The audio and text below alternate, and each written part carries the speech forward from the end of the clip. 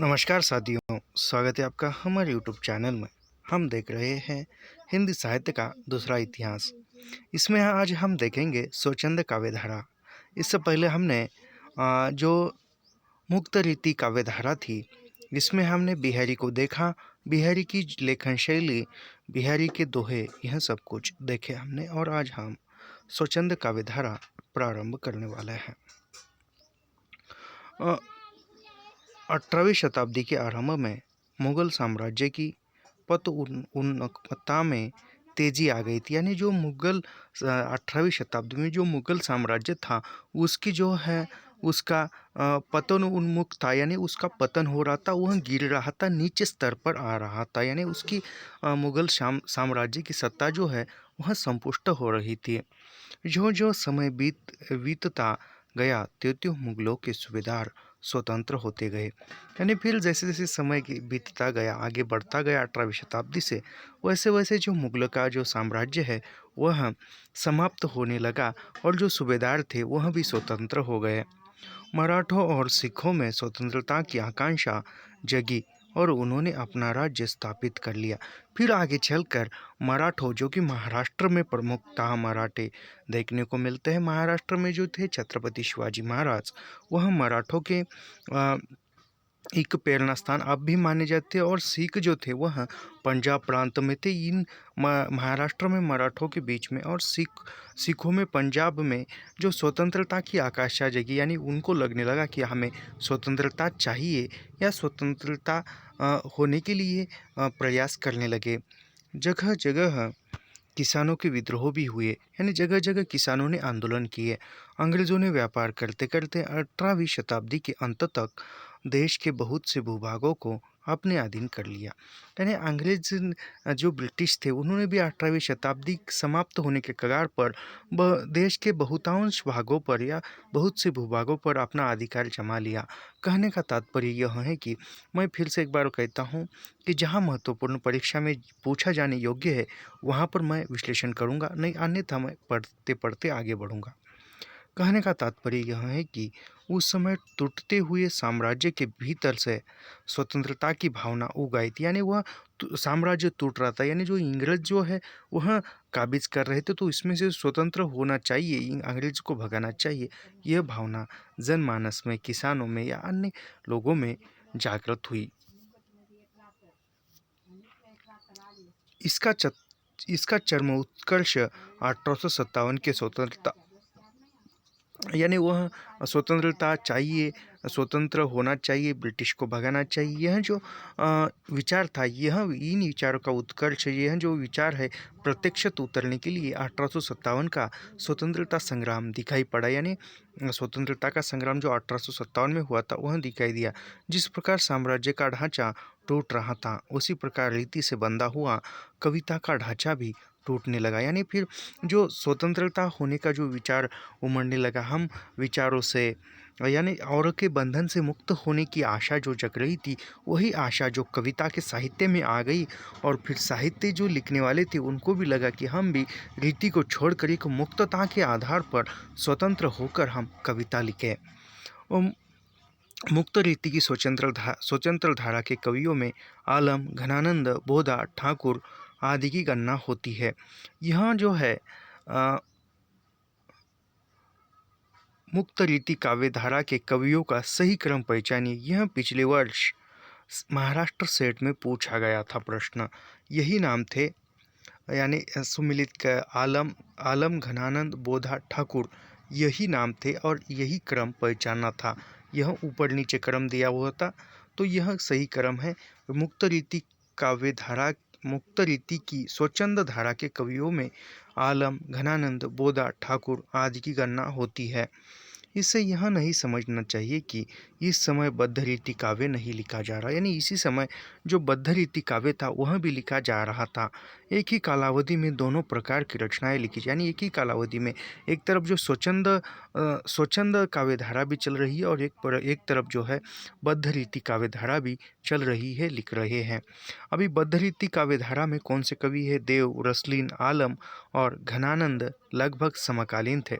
यानी इनका समय एक ही था। देव का, रसलीन का, आलम का और घनानंद का जो समय था वह एक ही था। इसी प्रकार पद्माकर, प्रताप शाही, बोधा और ठाकुर भी समकालीन थे। पद्माकर, प्रताप शाही, बोधा और ठाकुर इनका भी समय एक ही था। इतिहास में एक धारा के समाप्त होने पर दूसरी धारा नहीं चलती। यानी इतिहास में यदि एक धारा समाप्त होती है तो उसके तुरंत दूसरी धारा नहीं चलती है, बल्कि धाराएं एक साथ चला करती है। कुछ धाराएं निरोन्मुक्त होती है तो कुछ प्राणोन्मुक्त। यानी जो इतिहास में जो है कुछ जो धारा है वह कम होने लगती है, यानी पूरी तरह से समाप्त नहीं होती है। उसका जो प्रभाव है कम होने लगता है कि तुरंत वहाँ से दूसरी, यानी एक धारा जो है, एक धारा थोड़ी थोड़ी सी उमड़ने लगती है, आगे आने लगती है, तभी जो पहली धारा जो है वह धीरे धीरे कम होने लगती है और दूसरी धारा उभर कर सामने आती है। स्वतंत्र धारा में गहरी प्रावणता थी। इन दोनों धाराओं की टकराहट इतिहास की टकराहट थी। यानी स्वच्छंदता धारा और जो बद्ध रीति धारा है, इन दोनों धाराओं में टकराहट थी। यहाँ का स्वच्छंद काव्य धारा के कवि दरबार में रहते हुए भी दरबारी नहीं थे। यानी स्वच्छंद काव्य धारा के जो कवि थे वह दरबार में रहते थे, दरबारी कवि थे, लेकिन फिर भी दरबार में नहीं थे, दरबारी नहीं थे। अपनी स्वतंत्र विचारधारा के कारण घनानंद को दरबार छोड़ देना पड़ा। नहीं, जो रीति को उन्होंने ठुकराया, रीति को यानी खुद के विचारों को मानना उन्होंने ठान लिया, तो उसके लिए उनको जो राज दरबार से निकलना पड़ा और फिर राज दरबार से निकलकर वह स्वतंत्र लिखना उन्होंने चाहा। यदि वो राज दरबार में रहते तो फिर जैसा राजा का चित्रण है सिर्फ राजा का, रानी का, उस महलों का भी चित्रण करना पड़ता था। इन खुद के जो विचार है वह दबे के दबे ही रहते थे। इसीलिए घनानंद ने राज दरबार छोड़कर स्वतंत्र लिखने का प्रयास किया। इन लोगों ने लक्षण ग्रंथ नहीं लिखा। लक्षण के बंधनों में बंधना इनकी प्रवृत्ति और प्रकृति के विरुद्ध था। इसके फलस्वरूप इनकी रचना प्रक्रिया ही अलग हो गई। यानी जो स्वच्छंद काव्यधारा के जो कवि थे इन्होंने लक्षण ग्रंथ नहीं लिखे और ना ही किसी लक्षण ग्रंथ के नियमों को माना। उन नियमों को तोड़कर अपनी स्वतंत्र होकर उन्होंने रचनाएं लिखी। इसलिए इनकी रचना प्रक्रिया एक अलग हो गई, अलग धारा हो गई। घनानंद ने लिखा है, घनानंद लिखते हैं, लोग है लागे कवित बनावत, मोही तो मेरे कवित बनावत। यानी मुझे तो मेरी कविता बनाती है। इस कथन द्वारा वे अपनी रचना प्रक्रिया का ही वर्णन नहीं कर रहे थे, बल्कि बद्ध रीति कवि की रचना प्रक्रिया की ओर भी इशारा कर रहे थे। जहाँ कविता करने के लिए कविता की जा रही थी, जहाँ बने बनाए ढांचे में कविता ढाली जा रही थी, घनानंद के व्यक्तित्व का निर्माण सोई कविता करती है। यानी घनानंद का जो व्यक्तित्व है वह व्यक्तित्व सुधारने के पीछे कविता ही उसका व्यक्तित्व सुधारने में काम आती है। बद्ध रीति काव्यधारा पर व्यंग करते हुए ठाकुर ने लिखा है। ठाकुर ने बद्ध रीति काव्य पर बद्ध रीति काव्य पर ठाकुर ने व्यंग किया है। वे लिखते हैं कि लोगों ने कविता करना खेल समझा है। यानी उसी नियमों के आधार पर, उसी परिपाटी के आधार पर कविता लिखना, यानी लोगों ने कविता लिखना एक खेल समझा है। आँखों के लिए मृगमीन, खंजन कमल आदि शास्त्रोक्त उपमान पढ़कर, यश और प्रताप की कुछ कहानियाँ सीखकर, कल्पवृक्ष, कामधेनु, चिंतामणि आदि कुछ कवि प्रसिद्धियाँ जानकर, मेरु कुबेर आदि पर्वतों को याद कर उन्होंने कवि का बहाना धारण कर लिया है। यानी जो पुराने जो उपमान थे उसी को एक नए नए नए सलीके से चित्रित करना एक वही काम था। वे उन्हें राजसभाओं में ऐसे फेंकते थे जैसे कोई मिट्टी का ठेला फेंके। ढेल सो बनाए आए मेलत सभा के बीच, लोगन कबित की वो खेल करी जानो है। ऐसा लगता है कि ठाकुर के समय में ढेर ढेर के ढेर कवि अपनी कविता करिश्मा, यानी ठाकुर का जो समय था, ठाकुर के समय में बहुत से कवि लिख रहे थे। इसमें प्रतिभा नहीं थी। वे केवल काव्य शास्त्र में गिनी गिनाई वस्तुओं द्वारा कविता का निर्माण कर रहे थे। यानी वह उसमें एक कविता लिखने की प्रतिभा नहीं थी। वह सिर्फ एक काव्य शास्त्र के आधार पर ही, उस नियमों के आधार पर ही कविता लिख रहे थे। रीतिकाल के अंतिम प्रहर में कविता की अतिशय रीतिबद्धता देखकर ही ठाकुर ने उनकी कविताओं को ठेला से उपमान दी थी। राज्यसभाओं में श्रेष्ठ कवियों के साथ कुछ ढेलाबाज कवि भी रहे होंगे। बद्धरीति कवियों का प्रेम सामान्यतः क्रीड़ापरक था, तो स्वच्छंद कवियों का प्रेम पीड़ा यानी जो बद्धरीति का जो कवि थे उनका प्रेम केवल सामान्य क्रीड़ापरक था, लेकिन जो स्वतंत्र कवि थे उनका प्रेम पीड़ापरक था, यानी उनके प्रेम में यातना थी, समस्या थी, और जो कवि थी उनमें सिर्फ क्रीड़ाएँ थी। बद्धरीति काव्य में यानी उनको क्रीड़ा ही करना पड़ता था आने के लिए, वो औरों के मनोरंजन के लिए वहाँ लिखते थे। वहाँ यदि पीड़ा लिखते तो उनकी कविता मनोरंजन के लिए राज दरबार में कौन सुनता। तो इसीलिए ये जो बद्धरीति काव्य के जो कवि थे वहाँ केवल क्रीड़ा परक लिखते थे, यानी एक मनोरंजन के आधार पर लिखते थे। और जो स्वच्छंद कवि थे, स्वच्छंद कवि पीड़ा परक लिखते थे। और प्रेम को इन्होंने अपने जीवन में जिया था, यानी जो स्वच्छंद कवि है, स्वच्छंद कवियों ने प्रेम को अपने जीवन में जिया था। इसी को आज की शब्दावली में भोगा हुआ यथार्थ कहा जाता है, यानी जो भोगा है स्वच्छंद कवियों ने वही लिखा है। यानी जो बद्धरीति काव्य थे, जो काल के बद्धरीति कवि थे, उन्होंने क्यों ना दर्द झेला है, लेकिन फिर भी कविता में उसको एक सुख ही लिखना पड़ता था। लेकिन स्वच्छंद काव्य धारा के कवियों में जो यातनाएं, जो पीड़ा सही है, सहन की है, वह लिखते थे। नेहा की पीर के कवि थे। इनके प्रेम में कपट और चतुराई के लिए कोई स्थान नहीं था। स्वच्छंद काव्य धारा के कवियों को नेहा की पीर भी कहा जाता है। नेहा की पीर किस धारा के कवियों को कहा जाता है, तो स्वच्छंद कवि के धारा को नेहा की पीर कहा जाता है। बच्चन सिंह ने कहा है, याद रखिए।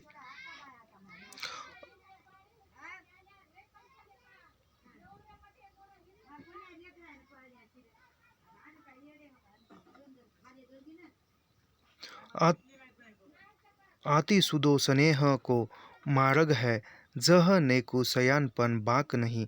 प्रेम करने का तात्पर्य है तलवार की धार पर दौड़ना। प्रेम करने का तात्पर्य है कि तलवार की धार पर दौड़ना, यानी कठिनाइयों से गुजरना। इनके प्रेम में समाज की यथाकथित नैतिक मर्यादाएं छिन्न भिन्न हो जाती है और प्रेम संबंधी नए ताज़ा मूल्य की दृष्टि करता है। कृष्ण काव्य में भी नैतिक मर्यादाओं को तोड़ा गया, यानी कृष्ण काव्य धारा में भी नैतिक मर्यादाओं को छोड़ा गया है, किंतु उनका संदर्भ ईश्वरीय, यानी कृष्ण काव्य धारा में जो ईश्वरीय आधार पर वह संदर्भ है कि ईश्वर के लिए उन्होंने समाज की मर्यादाओं को तोड़ा है। स्वच्छंद कवियों की नैतिकताएं सीधी मानवीय समाज में टूटती है, यानी जो स्वच्छंद कवि थे उनकी नैतिकता जो थी सीधी मानवीय समाज पर टूटती है। अभी यहाँ से जो स्वच्छंद काव्य धारा के जो कवि है उसमें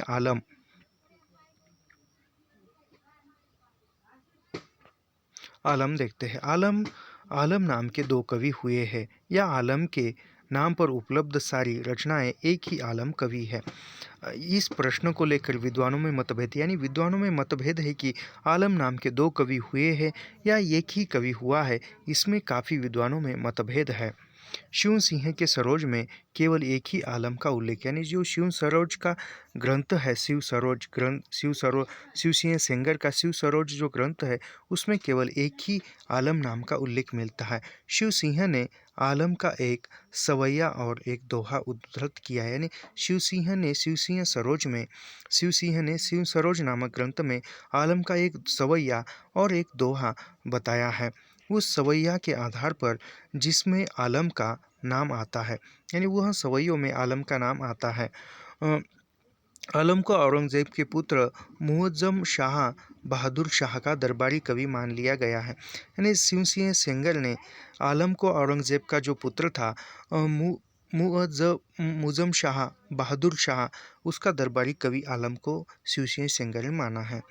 बाद में प्रमाणित हुआ कि वह सवैया मुअज्जम के दरबारी कवि किसी जैत सिंह महापात्र का लिखा हुआ था, यानी बाद में जाकर वह पता चला कि जो सवैया था शिव सिंह सेंगर ने आलम का समझकर लिखा था शिव सिंह सरोज में, तो उसमें वह पता चला कि बाद में वह सवैया मुअज्जम के दरबारी कवि जैत सिंह के महापात्र का लिखा हुआ था।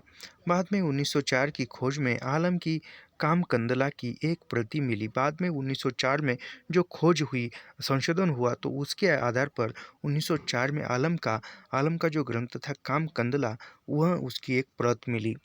उसका रचनाकाल 991 हिजरी तथा 1583 है। यानी कामकंदला का जो रचनाकाल है वह 1583 है और हिजरी में 991। इसके आधार पर बाबू श्याम सुंदर दास ने कहा कि हिंदी में एक नहीं दो आलम है। फिर आगे चलकर श्याम सुंदर दास ने कहा कि हिंदी में एक नहीं दो आलम नाम के व्यक्ति थे, कवि थे। एक माधवानल कामकंदला के रचयिता आलम और दूसरे मुअज्जम में आश्रित आलम केली के रचयिता आलम। यानी श्याम सुंदर दास ने कौन से दो आलम माने हैं? एक जो है, जो माधवानल कामकंदला लिखते हैं, वह एक आलम थे, और दूसरे आलम मुअज्जम के आश्रित आलम केली जो रचना लिखी है, वह एक आलम थे। शुक्ल जी के हिंदी साहित्य के प्रथम संस्करण में एक ही आलम का उल्लेख, यानी शुक्ल जी का जो प्रथम हिंदी साहित्य का संस्करण था, उसमें एक ही आलम का उल्लेख दिखाई देता है। उसे मुअज्जम शाह का दरबारी कहा गया है। यानी जो शुक्ल जी के किताब में, शुक्ल जी के जो हिंदी साहित्य के प्रथम संस्करण में जो आलम है, उसको मुअज्जम शाह का दरबारी कवि कहा है।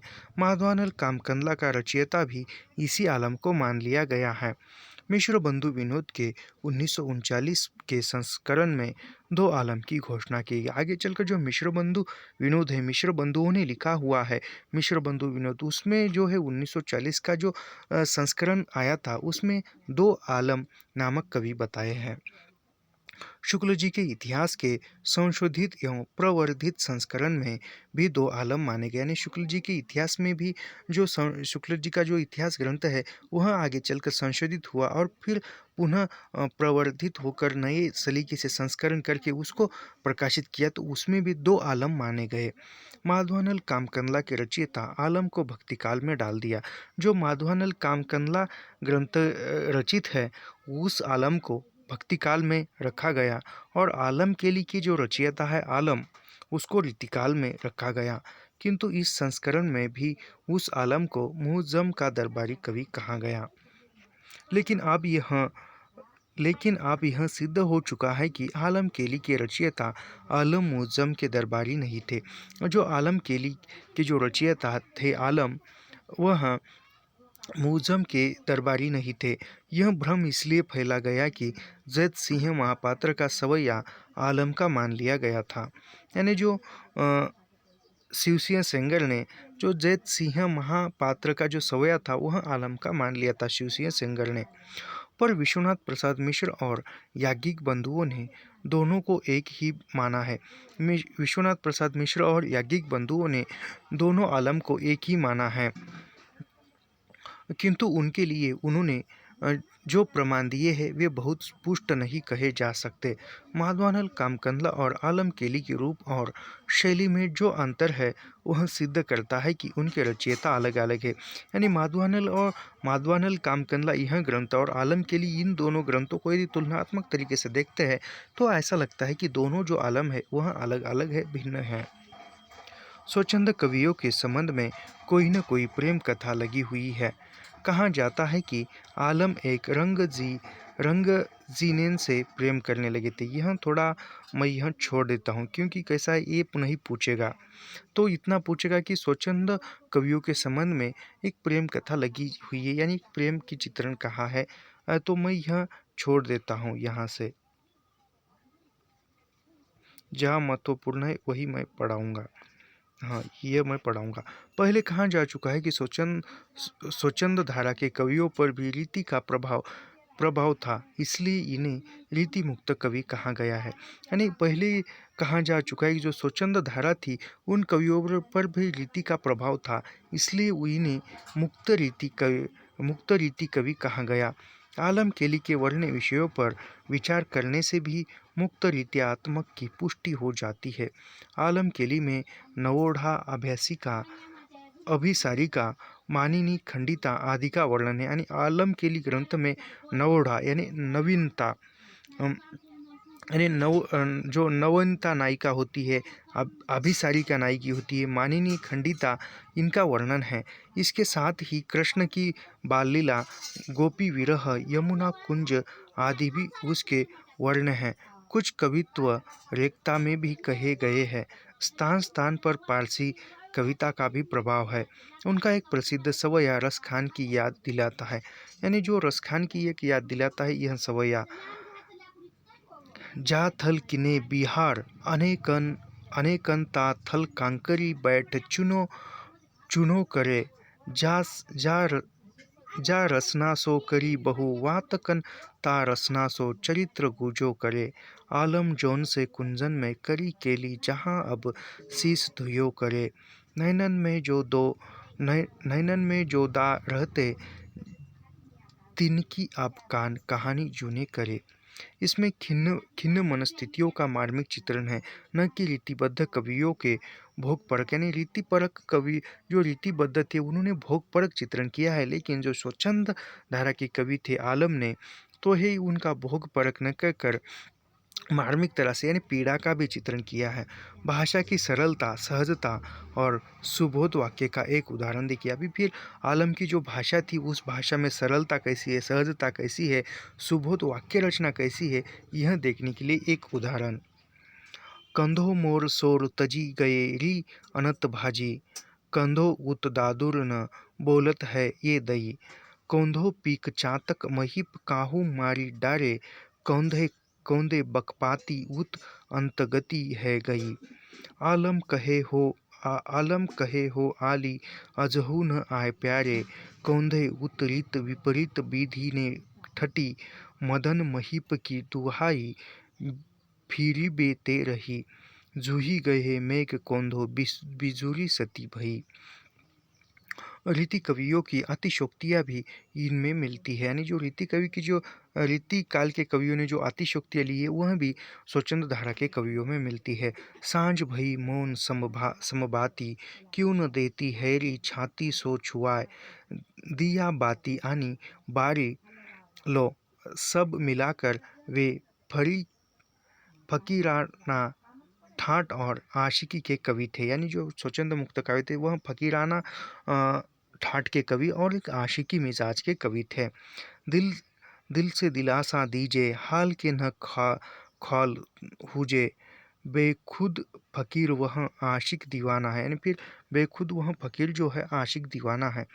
यह आलम का दोहा है। अभी फिर यहाँ से घनानंद प्रारंभ होता है। घनानंद का जो समय है वह घनानंद का समय 1673 से 1761 माना गया है।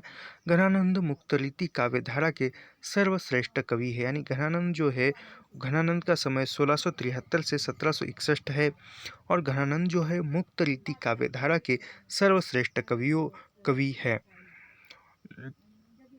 न तथाकथित मर्यादाओं के बांध में उनका जीवन प्रवाह बनने वाला था और न रीति के बांध में उनकी कविता। यानी उन्होंने मर्यादाओं को लांघ कर जीवन भी जिया है और कविता भी मर्यादाओं को तोड़कर लिखी, यानी नीति को छोड़कर। जो कुछ उनके जीवन में है वही रचनात्मक स्तर पर कविता में है। वे मन के राजा थे। उन्होंने अपने जीने की प्रणाली सोई चुनी है। एक प्रामाणिक जिंदगी जी जिस जि, जिसने जीने की बंधी हुई प्रणाली को अस्वीकार कर लिया वह भला रूढ़ग्रस्त काव्य परिपाटी को कैसे स्वीकार करता। किसी ब्रजनाथ ने उनकी कविता की प्रशस्ति में ठीक ही कहा है। यानी घनानंद जो थे वह स्वच्छंद होकर जीवन जीना चाहते थे और जो भी रीति थी, जो भी मर्यादाएं थी उनको लांघ कर उन्होंने जीवन जिया। तो वह अपनी कविता पर, अपनी रचना पर कैसे वह रीति को स्वीकार करते। उन्होंने रीति को तोड़कर जो भी रीति की जो परिपाटी चलती हुई आ रही थी रूढ़िगत, उन परिपाटी को छोड़कर उन्होंने स्वच्छंद अस्वीकार किया उस परिपाटी को, रीति को, और फिर कविता को भी जिस प्रकार उन्होंने स्वच्छंद जीवन जिया उसी प्रकार स्वच्छंद होकर कविता भी लिखी। फिर घनानंद के बारे में जो ब्रजनाथ किसी ब्रजनाथ ने उनकी कविता की प्रशस्ति करते हुए कहा था, नेही महाब्रज भाषा प्रवीण ओ, सुंदरतानी के भेद को जाने, जोग वियोग की रीति में गोविंद भावना भेद स्वरूप को ठाने, चाह के रंग में भीजे हियो बिछड़े मिले प्रीतम शांति न माने। भाषा प्रवीण सुछंद सदा रहे, सो घन जी के कवित्व बखाने। गणानंद के पाठकों या सामाजिकों से कुछ योग्यताएं अपेक्षित है, जैसे गहरी रागात्मिकता वृत्ति यानी कुछ गुस्साली शब्द, ब्रज भाषा की प्रवीणता, सौंदर्य भेद की अभिव्यक्ता, भावना भेद की पहचान, स्वच्छंद जीवन की अभिरुचि आदि। नायिका भेद और अलंकारों के चक्रव्यूह में स्वच्छंद कविता जीवित नहीं बच सकती। यानी नायिका भेद में और अलंकार का जो चक्रव्यूह था, यानी अलंकार के चक्रों में स्वच्छंद काव्य धारा की कवि और स्वच्छंद धारा की कविताएं नहीं बैठती है। उस ढांचे को तोड़ने पर कवि व्यापार में स्वच्छंदता आ जाती। कवि कर्म और कवि व्यापार में अंतर है, यानी कवि कर्म और कवि व्यापार में अंतर है। कवि कर्म अलग अलग होता है और कवि व्यापार अलग, यानी कवि का जो कर्म है वह अलग होता है और कवि का जो व्यापार होता है वह भी अलग है। व्यापार के अंतर्गत शब्दार्थों का औचित्यपूर्ण संयोजन होता है। यानी व्यापार के अंतर्गत यदि कवि व्यापार करता है तो उसके अंतर्गत शब्दार्थों का औचित्यपूर्ण संयोजन होता है। अपनी स्वतंत्रता के कारण घनानंद का कवि व्यापार बद्ध रीति कवियों के व्यापार से भिन्न है। यानी जो स्वतंत्रता के जो कवि थे उसमें घनानंद का कवि व्यापार जो है बद्ध रीति कवियों से अलग है, भिन्न है। घनानंद मुगल सम्राट मोहम्मद शाह रंगीले के मीर मुंशी थे। यानी घनानंद जो थे मुगल सम्राट मोहम्मद शाह रंगीले के मीर मुंशी थे। शाही दरबार की सुजान नामक वेश्या से उसका गहरा प्रेम था। यानी घनानंद का जो वह मोहम्मद शाह रंगीले मीर के दरबार में एक सुजान नामक एक वेश्या रहती थी, उससे घनानंद का प्रेम था। जब बादशाह को मालूम हुआ कि घनानंद बहुत अच्छा गाते हैं, फिर बादशाह को पता चला कि घनानंद जो है बहुत अच्छा गाते हैं, तब उसने उन्हें गाने की आज्ञा दी। फिर उस राजा ने घनानंद को गाने की आज्ञा दी, पर घनानंद ने नम्रतापूर्वक अपनी असमर्थता व्यक्त की। यानी घनानंद ने गाने पर इनकार कर दिया। षड्यंत्रकारी दरबारियों ने बादशाह को बताया कि घनानंद सुजान के कहने से गा सकते। यानी फिर जो षड्यंत्रकारी जो बादशाह के दरबार में अन्य लोग थे, उन्होंने कहा कि घनानंद जो है सुजान यदि कहे घनानंद को कि तू गाने की अनुमति दे तो घनानंद गा सकता है। सुजान बुलाई गई, फिर सुजान को बुलाया गया। उसके कहने से घनानंद ने गाया, ऐसा गाया कि सारा दरबार मंत्र मुक्त हो गया। फिर सुजान, यह प्रेम की ही ताकत होती है, पूछो ही मत, जो प्रेम करता है उसको ही पता चलता है। तो फिर घनानंद के सामने उसकी प्रेमिका सुजान आ गई और सुजान ने कहा कि गाने की अनुमति दी, तो घनानंद ने ऐसा गाना गाया कि पूरा दरबार जो है वह मंत्रमुक्त हो गया। पर बादशाह ने अपनी आज्ञा के उल्लंघन करने के अपराध में घनानंद को देश से निकाल दिया। फिर पहले जो बादशाह को लगा कि मैंने उसको गाने की आज्ञा दी, फिर उसने नहीं कहा, लेकिन सुजान ने गाने की आज्ञा दी तो उन्होंने तुरंत गाना प्रारंभ किया। तो बादशाह का यह अपमान हुआ और फिर बादशाह ने उसको अपने राज्य से निकाल दिया। सुजान उनके साथ न जा सकी। फिर सुजान उनके घराने के साथ न गई। वे वृंदावन जाकर निम्बार्क संप्रदाय में दीक्षित हो गए। घनानंद जो है निम्बार्क संप्रदाय में वृंदावन जाकर दीक्षित हुए। यानी निम्बार्क संप्रदाय की घनानंद ने दीक्षा ली वृंदावन जाकर और साधु जीवन व्यतीत करने, फिर वो साधु जीवन व्यतीत करने लगे, किंतु सुजान का नाम नहीं भूले। साधु जीवन व्यतीत करने लगे, फिर भी उन्होंने सुजान का नाम नहीं भूले, क्योंकि उसका प्रेम था। उनकी रचनाएं सुजानमय है, यानी उनकी घनानंद की जो रचना है वह सुजानमय है। वह अहमद शाह अब्दाली के दूसरे आक्रमण 1761 में मारे गए। यानी जो अहमद शाह अब्दाली ने जो दूसरा आक्रमण किया था 1761 की लड़ाई में, घनानंद जो है वह मारे गए। अनुमानतः उनका जन्म 1673 के आसपास हुआ था। यानी घनानंद का जो जन्म है वह 1673 के आसपास हुआ था। उनकी बहुत सी रचनाएं खोज में मिली है। यानी उनकी जो घनानंद की जो रचना है वह बहुत सी मिली है। इसके देखते हैं। सुजान हित, कृपा कंद, वियोग बेली, इश्कलता, प्रेम सरोवर, प्रेम पद्धति, गिरी पूजन, दान घटा इत्यादि सुजान की रचनाएं, घनानंद की रचनाएं मैं फिर से पढ़ता हूँ। सुजान हित, कृपा कंद, वियोग बेली, इश्कलता, प्रेम सरोवर, प्रेम पद्धति, गिरी पूजन, दान घटा, यह घनानंद की रचनाएं हैं। अब इन्हें घनानंद ग्रंथावली के नाम से शिवनाथ प्रसाद मिश्र ने संपादित किया। घनानंद की रचनाओं को आनंद ग्रंथावली नाम से विश्वनाथ प्रसाद मिश्र ने संपादित किया और प्रकाशित किया। सुजान हित से मिलता जुलता किसी ने उनके कवित्व सवैयों का एक संग्रह घनानंद कवित्व के नाम से किया था। यानी आगे चलकर जो सुजान हित से मिलता जुलता, जो सुजान हित जो ग्रंथ है उसके मिलता जुलता किसी अन्य ने कवित्व सवैयों का एक संग्रह किया और घनानंद कवित्व के नाम से वह प्रकाशित किया। इसमें कुछ छंद आदिक है। वास्तव में साहित्य जगत में उनकी कृति का आधार सुजान हित का या घनानंद कवित्व है। यानी घनानंद के प्रसिद्धि का जो ग्रंथ है वह है सुजान हित और घनानंद कवित्व यह है। मिश्र जी ने घनानंद कवित्व का भी संपादन किया। यानी मिश्र जी ने जो है घनानंद कवित्व का भी संपादन किया है। घनानंद प्रेम की यातना के कवि, यानी घनानंद जो है वह प्रेम की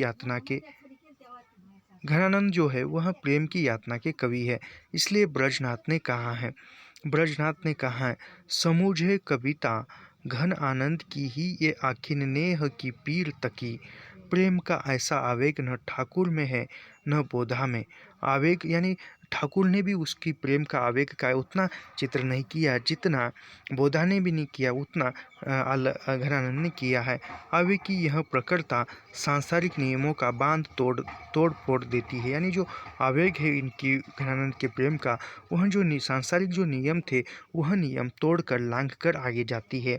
कहीं कहीं इसमें बेचैनी, तड़प और विह्वलता की प्रलयकारिणी संज्ञा है, तो कहीं विषाद का गहनतम मौन यानी यातना की चरम। यानी कहीं कहीं पर तड़प है, बेचैनी है और कहीं कहीं पर मौन है, यातना है। घनानंद का प्रेम एकाकिया, एक तरफा है, विषम है। यानी घनानंद का जो प्रेम था वह एक तरफा था, विषम था। प्रीति रीति विषम सुरोम रोम रमी। यानी जो प्रीति रीति विषम सुरोम रोम रमी है। ऐसे प्रेम में सेक्स गौण, यानी ऐसे प्रेम में जो संभोग है वह गौण माना जाता है। यानी को हृदय का प्रेम, शारीरिक प्रेम नहीं, मानसिकता प्रधान है। इसी प्रेम की कलात्मक परिणति है। घनानंद की कविता पूरी सौंदर्य चेतना, यानी घनानंद की जो कविता है पूरी सौंदर्यमय है, सौंदर्य चेतना है। घनानंद को भाषा की सीमाएं मालूम है। यद्यपि ब्रज भाषा पर उनका पूर्ण अधिकार था। नायिका की अपार शोभा को वाणीबद्ध करना वैसा ही है जैसा चांदनी को नापना। यानी घनानंद की जो भाषा थी, घनानंद जी जो थे वह भाषा की सीमा को, मर्यादाओं को जानते थे। उन्होंने ब्रज भाषा पर उनका पूर्ण अधिकार, यानी ब्रज भाषा के वह अच्छे खासे ज्ञाता थे, जानते थे। नायिका की अपार शोभा को वाणीबद्ध करना वैसा ही है। यानी नायिका के सौंदर्य को वाणीबद्ध करना या भाषा में बद्ध करना, लिखना, वह तारे को गिनने जैसे, चांदनी को गिनने जैसे हैं। पानीप अपार घन आनंद उक्ति ओछी जनत सुगति, जो ह कौन पे न पति है। फिर भी वह नायिका की शोभा को जिन उक्तियों में बांधता है वे अत्यंत प्रभावशाली, यानी जो भी नायिका के सौंदर्य को जिन उक्तियों में वह बांधने का प्रयास करते हैं वह प्रभावशाली है। झलके अति सुंदर आनंद, गौर छलके द्रक राजती, कानन दुछबे, हंसी बोलनी में छवि फूलन की बरसा, उर ऊपर जाती है। लटलोल कपोल कलोल करे, कलकंठ बनी जललावली है। द्वे अंग अंग तरंग उठे, दूत की परी है, मनोरूप आवे धर पे। दो चार रेखाओं और रंगों में नायिका के ज्योतिर्मय स्वरूप को बांध दिया गया है। अंग अंग तरंग उठे धूति की से निराला की ज्योति की तंतवी पंडित धूति ने क्षमा मांगी याद आ जाती है। इतना उन्मुक्त गद्यात्मक सौंदर्य रीति कवियों में बहुत कम, यानी जो गद्यात्मक और उन्मुक्त जो चित्रण है प्रेम का वह घनानंद में ही मिलता है। उनके रूप चित्रों में अप्रधान यौंगागो, सेकेंडरी सेक्सुअल कैरेक्टर्स और एक ऐन्द्रिकता का वर्णन प्रदान हो उठता है। वह मतीराम की तरह इतना कहकर चुप नहीं हो जाता कि जो जो निहारिये नैनन ही त्यो त्यो खरी निहरे किसी सिकरी। घनानंद को इतने से संतोष नहीं है। वह कहता है, फिर घनानंद इससे आगे जाकर मतीराम जो कहते हैं कि जो जो आँख से सौंदर्य देखते हैं आँख से ही निहारते हैं, घनानंद इससे आगे जाकर कहते हैं, राव रे रूप को रीति अनूप नयो नयो लागत जो जो निहारिये त्यो इन आखिन बानी अनोखी अघानी कहू नहीं आनी तिहारिये। रूप का निखरना एक बात है और देखने पर एक बार नया नया लगना दूसरी बात है। यानी रूप को देखना, यह रूप को देखना और उस पर सोचना, या जब जब उस रूप को देखना और उसमें जब जब देखते हैं तब तब कुछ नयापन दिखता है या दूसरी बात दिखती है, वह अलग है। शने शने य शने शने यन्नवत मुपेति तदेव रूप रमणीयता। प्रिय का रूप देखकर आंखें आघाती नहीं, यानी प्रिय का रूप देखकर आंखें जो है झुकती नहीं। विद्यापति ने भी लिखा है, विद्यापति लिखते हैं, जन्म अवधि भर रूप निहारल नयन न तिरपित भेल। तिरपित तृप्ति का तद्भव है, पर आघान अपनी लाक्षणिकता में संस्कृत के आग्रहण अर्थ विस्तार कर देता है और देशज का स्वाद देता है। आग्रहण को आघान तक पहुँचने में उसे लंबी लोक यात्रा करनी पड़ती होगी।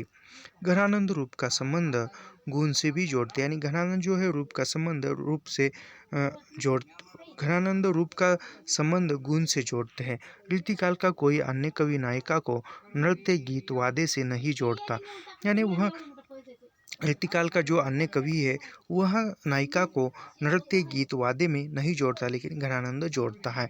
वे रीति कवि गणिका नायिका के हाव भावों का वर्णन करते हुए परंपरा मुक्त संग से उसे अर्थ लोलुपता से संलग्न कर देते हैं। नृत्य गीत की ओर किसी की दृष्टि नहीं जाती। घनानंद नृत्य की भंगिमाओं, अंगों के मादक मरोड़, अवरत और कलात्मक मुद्राओं तथा अभिनय पर मुग्ध है। उसका वीणा वादन भी कम प्रभावशाली नहीं है। अभी यहाँ पर पंक्तियाँ देखते हैं।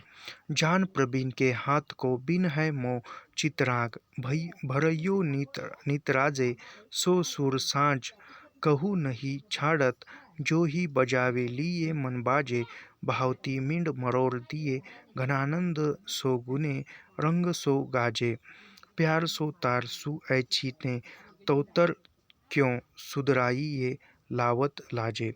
सुजान की वीणा के तार में प्रेमी के चित्र का राग भरा हुआ है। यह पूछने योग्य नहीं है।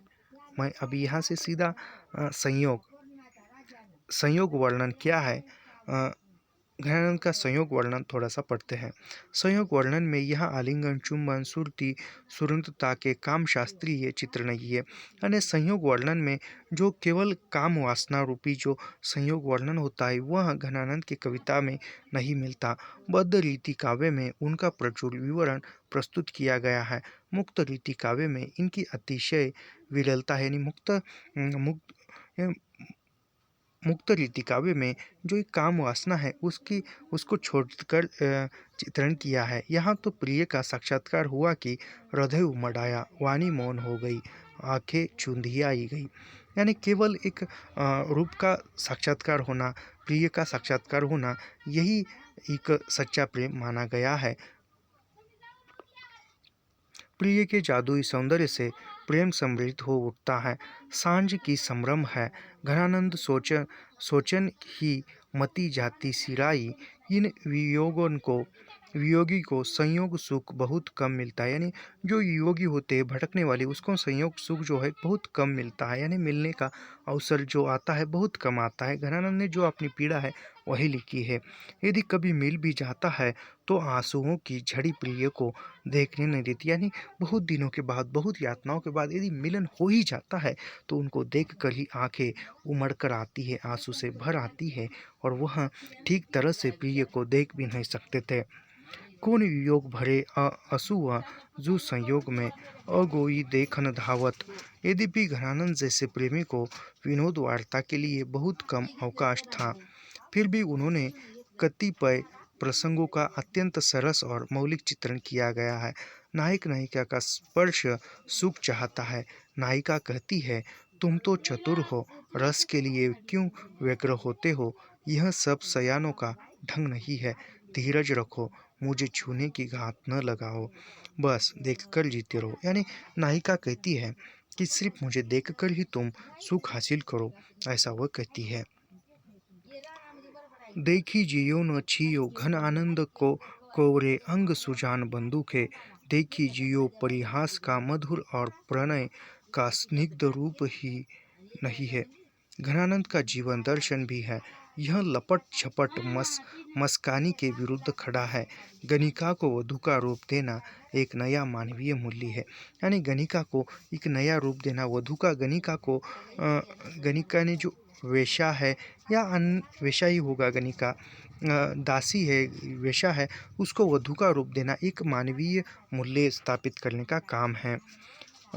फाग का धूम धड़ाक पद्माकर में खूब सुनाई, यानी फाग जो है, फाग यानी जो होली का जो चित्रण है वह पद्माकर में सुनाई देता है। इसके बहाने क्या क्या नहीं होता। गोपियाँ नंगा करने और गालों पर गुलाल मलने से बाज नहीं आती। यानी गोपियाँ जो है गाल पर गुलाल मलती है, पर घनानंद को धूम धड़ाका पसंद नहीं था। यानी घनानंद जो था उसको धूम धड़ाका या धूम धड़ाका मचाना या मौज मस्ती करना उनको पसंद नहीं था।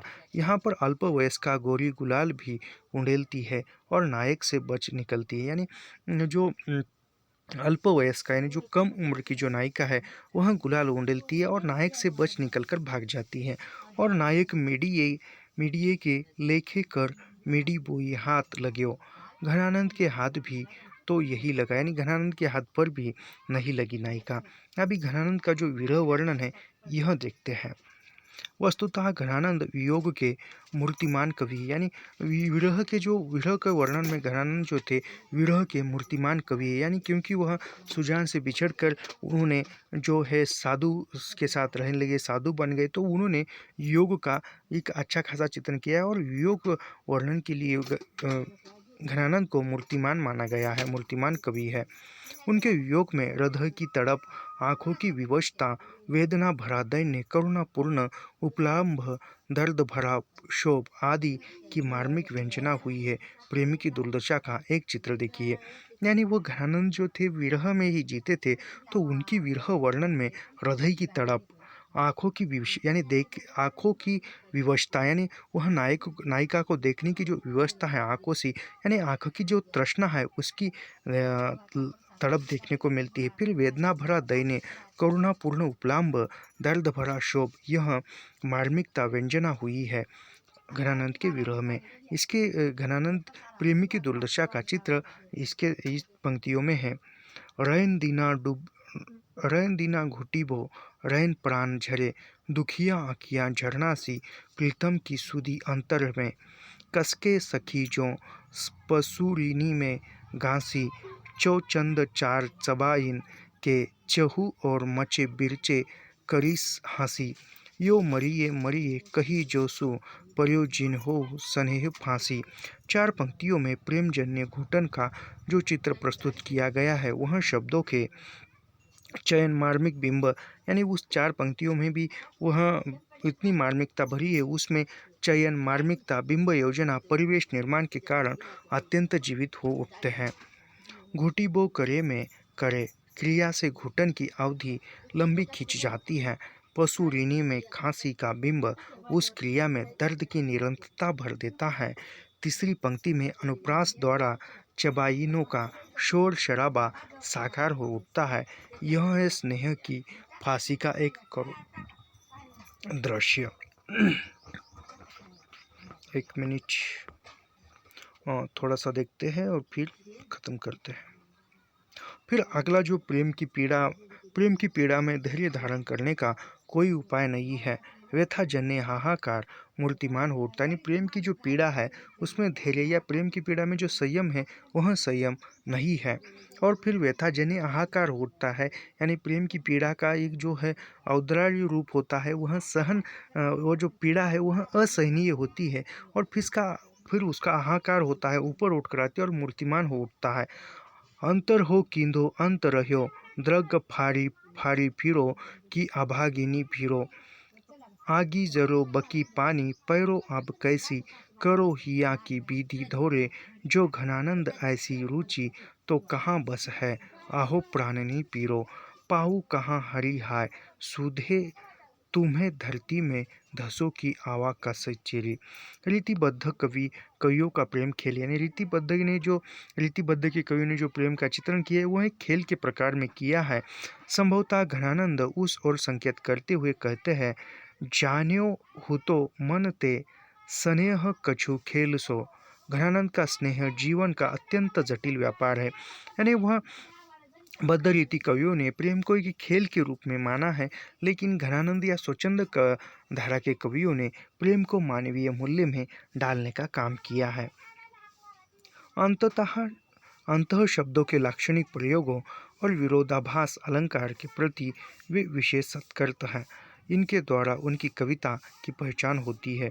इस युग के अधिकांश कवियों का लगाव अलंकारों, ध्वनियों, रंगों और अक्षरावृत्तियों से है, पर घनानंद दो विरोधी शब्दों का ध्रुवीकरण करते हैं। शास्त्रीय शब्दावली में इसी को विरोध वैचित्र्य कहते हैं। यहाँ संयोग में योग और वियोग में संयोग है, जीवन में मरण और मरण में जीवन है। गालिब के शब्दों में उसी को देखकर जीते हैं जिस काफिर पे दम निकलता है। सच तो यह है कि विरोध वैचित्र्य उनकी काव्य संरचना का मुख्य कौशल्य है। जाने बे ये दिन राती बखाने ते जाए, पड़े दिन राती को अंतर। रावरी बसाए तो बसाए न उजाड़िए।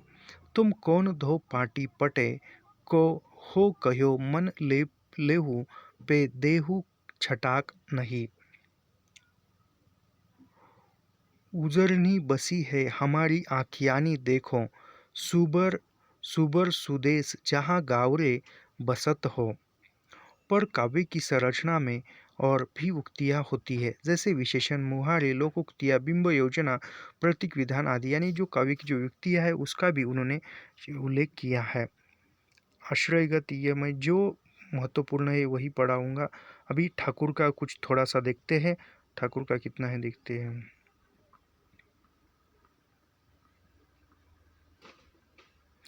चलो आज की वीडियो में इतना ही। ठाकुर को हम कल देखेंगे, तो मिलते हैं अगले वीडियो में। धन्यवाद।